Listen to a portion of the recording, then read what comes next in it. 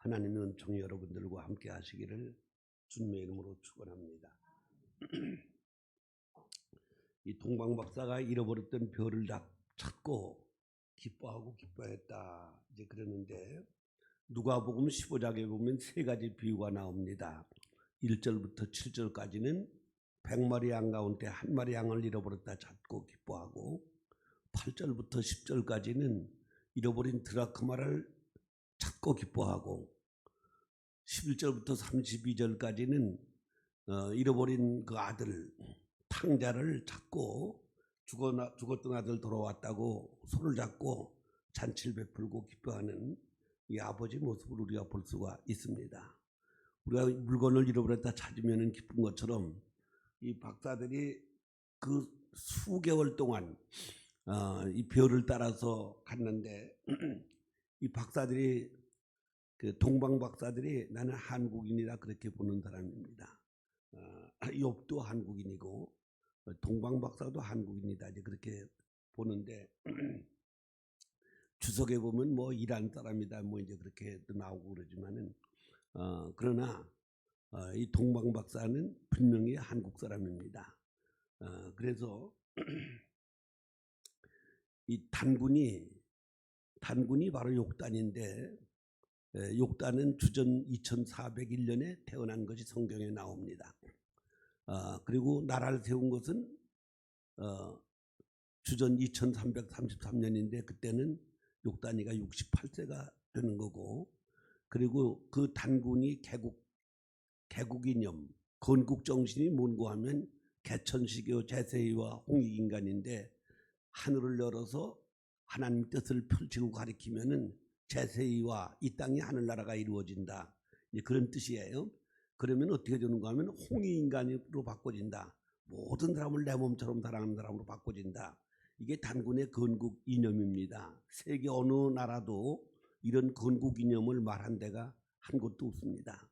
그건 왜 그런가 하면은 이 욕단이가 다 노아 밑에서 한 60여 년 동안 이제 노아 신앙을 전수받아 가지고 동쪽으로 최초로 간 사람이 욕단인데, 그때는 바벨탑 쌓기 전이기 때문에 최초의 언어를 사용하는 사람이 욕단입니다. 그렇기 때문에 그 욕단의 후손이 욥이고, 그 욥이라고 하는 사람은 동방에서 제일 훌륭하다 그랬는데 8절에서는 욥같이 훌륭한 사람은 세상에도 없다. 그렇게 1장 8절에도 얘기하고 2장 3절에도 이야기를 하고 있습니다. 그래서 그 세상에 없이 훌륭한 욥, 그 욥 같은 사람, 그 욥이 어떻게 그렇게 예수 모실 걸 알고 욥이 동방에서 그렇게 훌륭하고 세상에서 훌륭한 사람인가? 욕단의 신앙을 전수받았기 때문에 그렇고, 이 동방 박사가 별을 보고 예수가 오신 걸 알았는데 어떻게 그렇게 별을 보고 알았을까? 민수기 24장 17절에 보면은 예수님이 별로 오신다고 약속을 했습니다. 그 민수기는 누가 기록했느냐? 민수기는 바로 모세가 기록했습니다. 창세기, 출애굽기, 레위기, 민수기, 신명기, 이걸 모세오경이다. 모세가 기록했는데 그 모세가 어떻게 알고 기록했어요? 노아가 전해준 구전을 통해서 그걸 기록한 거예요. 그러니까 이 창세기를 기록할 수가 없어요. 왜냐하면 창세기를 모세가 알 수가 없으니까. 그런데 창세기를 아는 사람은 노아밖에 없었습니다.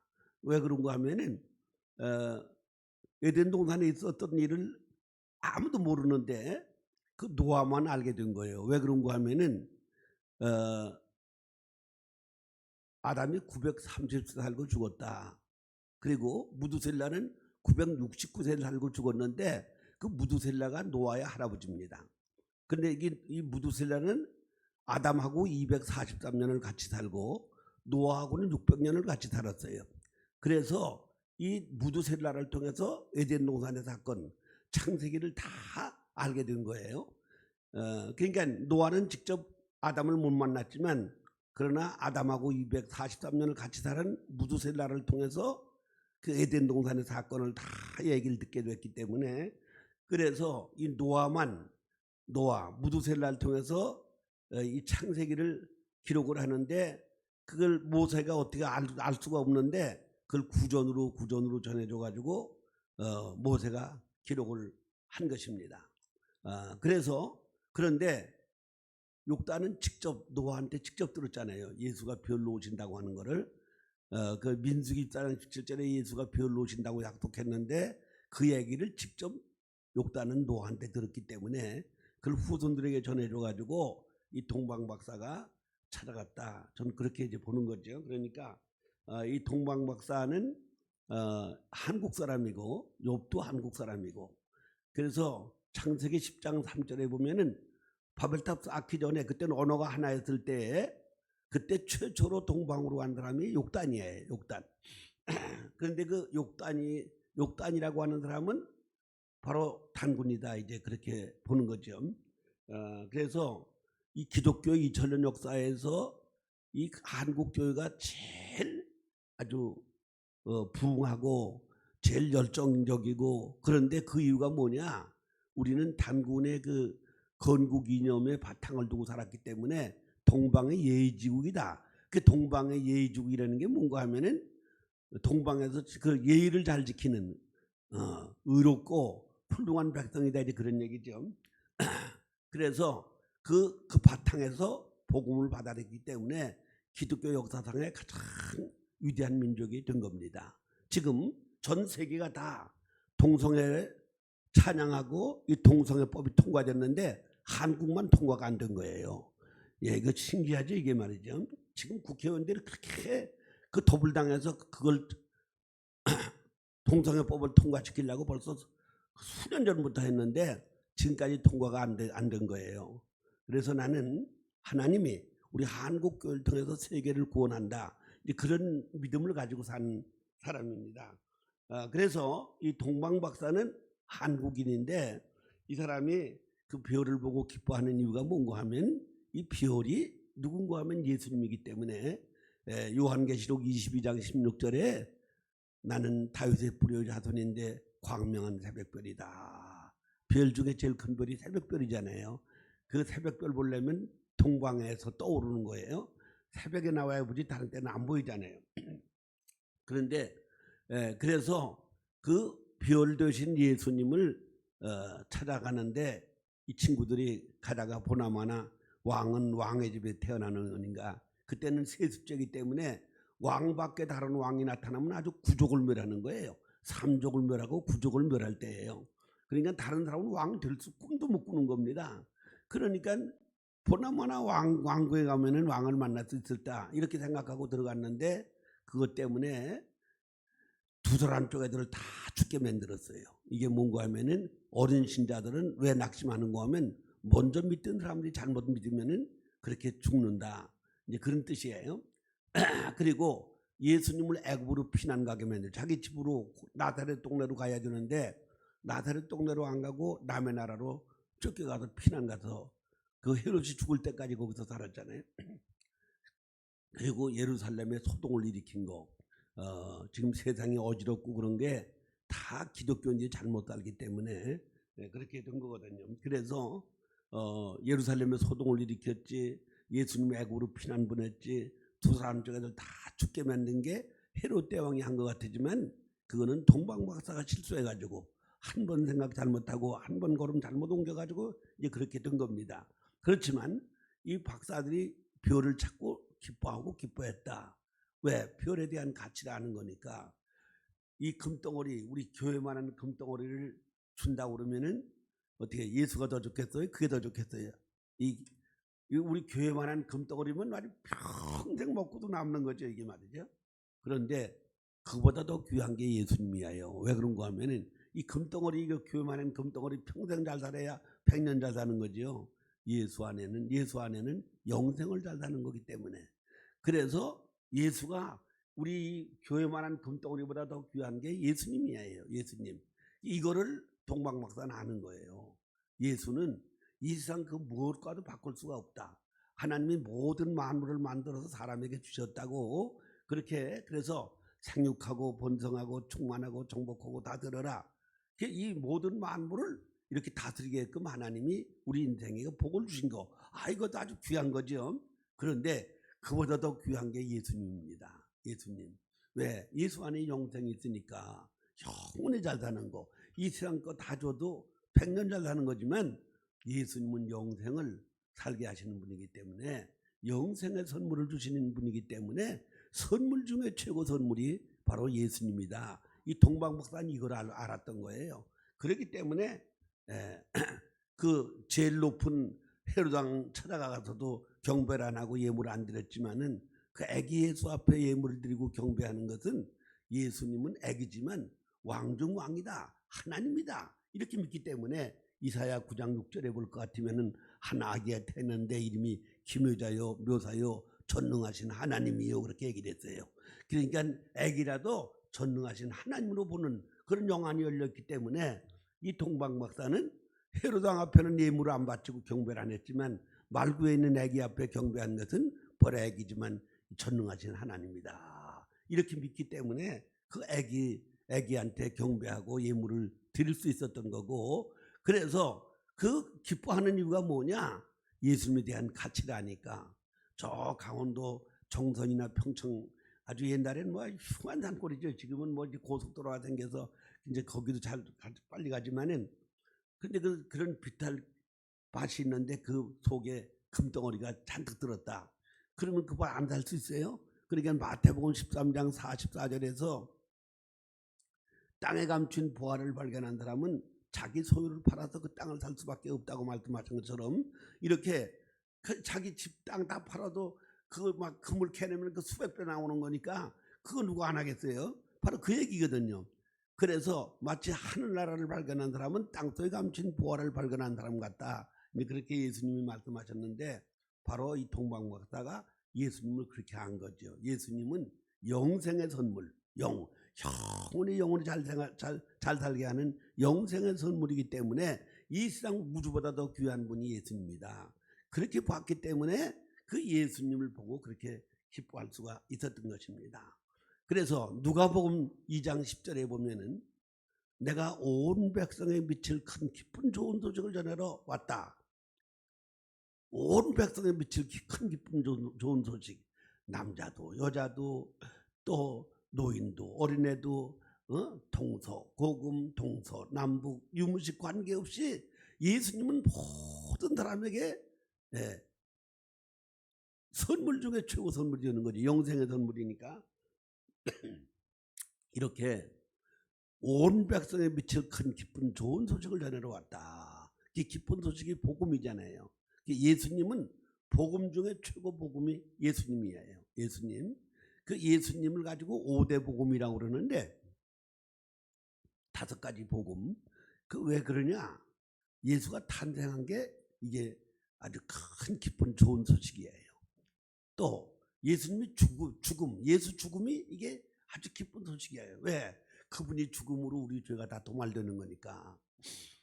요한복음 19장 3절에 보면은 다 이루었다. 다 이루었다. 그게 무슨 얘기예요? 우리 인간의 모든 죄를 다 책임졌다. 다 이제 구원을 완성시켰다. 이제 그런 뜻이에요. 그러니까 죄인은 하늘나라를 못 가게 돼 있는데 로마서 3장 23절에 보면 모든 사람이 범죄해서 하늘나라에 갈 수가 없다고 그렇게 했어요. 그런데 24절에는 예수 그리스도의 구속으로 말미암아 우리가 값도 없이 의롭게 됐다. 그래서 우린 죄인이어서 하늘나라 갈 수가 없었는데 예수님이 다 그 죄를 대속했기 때문에 우리가 의인 자격으로 하늘나라에 나가게 됐다.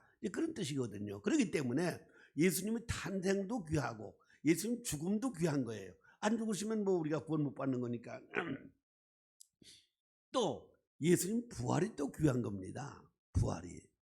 네.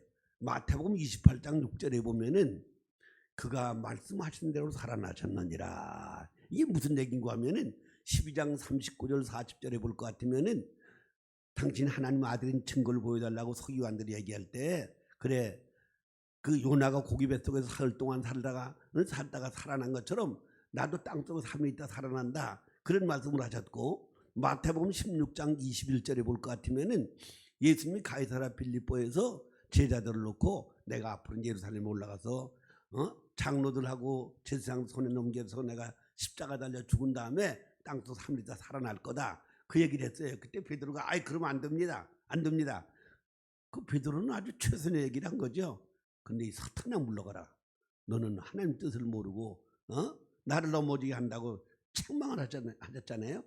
베드로는 자기가 최선을 내서 아니 예수님이 그럼 죽는 날에 죽지 말라고 그래야지 죽으라고 그럴 수 있어요. 그런데 사탄이라고 그랬어요. 사탄이라고. 왜? 예수가 죽어야 우리가 구원되기 때문에. 그래서 예수님이 죽는 거고 또 예수님이 부활했다. 죽으면 끝이지 무슨 부활이 어디 있어요 세상에 말이죠. 그런데 부활한다고 예수님이 말씀하셨어요. 그러니까 제자들이 안 믿은 거지. 아 죽으면 끝이지 무슨 죽었는데 무슨 부활이 또 있어요. 17장 9절에도 보면은 예수님 변화산에 올라가셨는데 그때 거기서 모세도 만나고 엘리야도 만나고 아주 신기한 사건을 다 봤습니다. 그리고 거기서 예수님 죽을 것을 다 거기서 얘기를 세 사람이 의논하는 거를 베드로, 요한, 야고보가 다 들었어요 전부 다. 그런데 예수님이 내려오시면서 무슨 얘기를 했는가 하면 내가 죽었다 살아나기 전에는 늘 여기서 본 거 누구한테 얘기하지 말어. 왜? 다른 사람들이 다 이상하게 생각하니까 얘기하지 마. 죽었다 살아나기 전에는 절대 얘기하지 말아라. 이렇게 예수님 부활하실 것을 여러 군데서 얘기를 했어요. 그런데 그 제자들이 무덤을 찾아가니까 왜 산 자 죽은 자 가운데 찾느냐? 그가 말씀하신 대로 살아나셨느니라. 예수님이 부활은 그냥 우연히 부활한 게 아니라 예수님이 부활하신다고 미리부터 다 얘기를 하셨는데 왜 못 믿냐 그런 얘기예요. 그가 말씀하신 대로 살아나셨느니라. 이 구약에도 예수님 부활을 또 얘기를 했고 그 예수님 부활한 걸로 끝난 게 아니고 시편 24편 7절에 볼 것 같으면은 예수님이 승천하신다고 문을 열어라 왕이 들어가신다. 그렇게도 얘기했고 사도행전 1장 11절에 보면은 사람들 500명 오는 데서 예수님이 승천하셨어요. 그런데 천사들이 와서 무슨 얘기를 하는가 하면 이 백성들아 갈릴리 사람들은 너 뭘 그렇게 보느냐? 공중으로 올라가신 그 예수는 너희들이 본 대로 다시 재림하신다. 그렇게 말씀했어요. 이 예수님이 재림한다는 얘기가 성경에 한 300군데 나옵니다. 이거 한 번만 기록해도 이건 하나님 말씀인데 그렇게 여러 번 강조한 건 뭘 말하느냐? 그만치 중요하기 때문이에요. 예수가 오신다고 하는 게 450군데를 성경에 예언을 한 거예요. 그만치 예수가 오시는 게 중요하기 때문입니다. 그런데 재림한다고도 한 300군데 얘기를 했어요. 너희는 마음에 근심하지 말아라. 하나님 또 나를 믿으라. 내가 너 처소를 예비하고 다시 오겠다. 이렇게 다시 온다. 늘 본대로 다시 오신다. 그 주님 재림이 왜 그렇게 귀하냐? 고린도전서 15장 51절 53절에 볼 것 같으면은 예수가 재림할 때는 썩을 몸이 썩지 않고 죽을 몸이 죽지 않게 우리가 부활을 하게 되고 그때까지 안 죽고 산 사람은 안 썩고 안 죽은 몸으로 변화시켜 주신다는 거예요. 여러분 그러니까 그 예수가 오시는 게 얼마나 귀한 거예요. 나이가 많은 병도 많지 약도 한 움큼씩 먹어야 되지 그 뭐 어쩔 수 없잖아요. 그런데 그 예수가 오실 때는 몸이 안 늙고 병도 없고 안 죽고 안 썩게 만들어 주신다는 거예요. 그게 고린도전서 15장 51절 53절 말씀이에요. 그러니 그 예수님 재림하시는 게 좋은 거예요, 안 좋은 거예요? 네? 그래서 재림이 복음이에요. 재림이. 그러니까 예수 탄생, 예수 죽음, 예수 부활, 예수 승천, 예수 재림. 이걸 5대 복음이라고 그러는데 이게 다 예수 안에 있는 거기 때문에 그래서 동방박사 기뻐하는 이유가 뭔가 하면은 그 예수 안에 이런 5대 복음이 들어있기 때문에 이 박사들이 기뻐하고 기뻐할 수밖에 없는 거죠. 소아시아에 7교회가 있었는데 요한계시록 2장 5절에 볼 것 같으면은 너희들이 다 좋은데 책망할 게 하나 있는데 첫사랑을 잃어버렸다. 첫사랑을 찾아라. 그렇게 얘기를 했어요. 첫사랑을 잃어버렸다고. 그런데 이렇게 예수님은 이 세상에서 최고로 귀한 분인데 누구 때문에 예수 팔아먹고 뭐 돈 때문에 명예 때문에 권력 때문에 예수를 팔아먹을 수 없고 예수를 대체할 수가 없는 겁니다.